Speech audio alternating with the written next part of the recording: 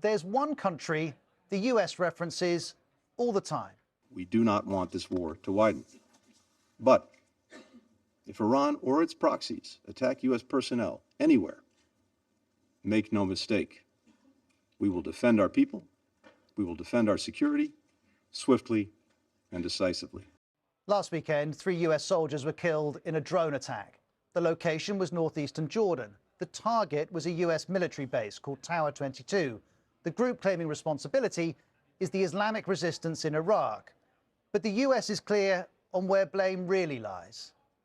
Our teams here are continuing to do the analysis, but we know that Iran is behind it, and certainly, as we've said before here in this briefing room, Iran continues to arm and equip these groups to launch these attacks. Iran calls these claims baseless accusations. But Iran does have a network of allies across the region. It has a name for it, the Axis of Resistance, united, it says, in its opposition to Israel and the US. This axis includes the group behind the Tower 22 attack.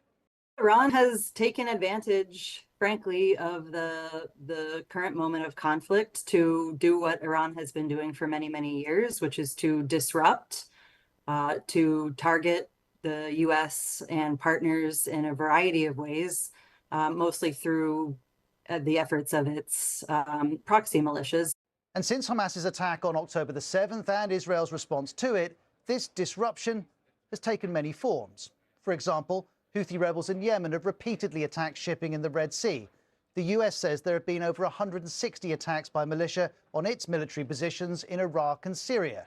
But how does this network of allies work? How close is their relationship with Iran? And what is Iran trying to achieve? If we go back to 1979, there was an uprising in Iran against the monarchy. Iran became an Islamic republic.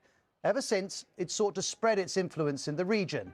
In recent years, that's involved support for the Assad regime in Syria, where Iranian forces have been deployed, support for large militant groups such as Hezbollah in Lebanon and the Houthis in Yemen, and support for smaller groups, including in Iraq.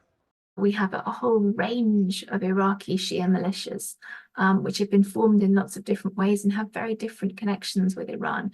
And in fact, they're in an umbrella movement that has non-Shia militias included as well. So it's very complicated to navigate the types of links within that part of the axis of resistance. And Iran's support for its network comes in several forms. First, money. In 2020, the US estimated that Iran gave Hezbollah $700 million a year, as well as $100 million a year to Palestinian groups, including Hamas, and it estimates the Houthis have received hundreds of millions of dollars too. Iran doesn't acknowledge this funding. But as well as money, Iran is supplying weapons too. Recently, 2 US military personnel died in an operation to intercept a boat in the Red Sea. The US released this image. It says the boat was transporting Iranian-made weapons to the Houthis. Or there's Hezbollah.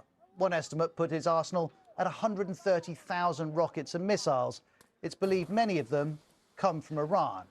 And if Iran is supplying money and weapons, is it also coordinating the actions of its allies? After October the 7th, the US acknowledged we have not yet seen evidence that Iran directed or was behind this particular attack.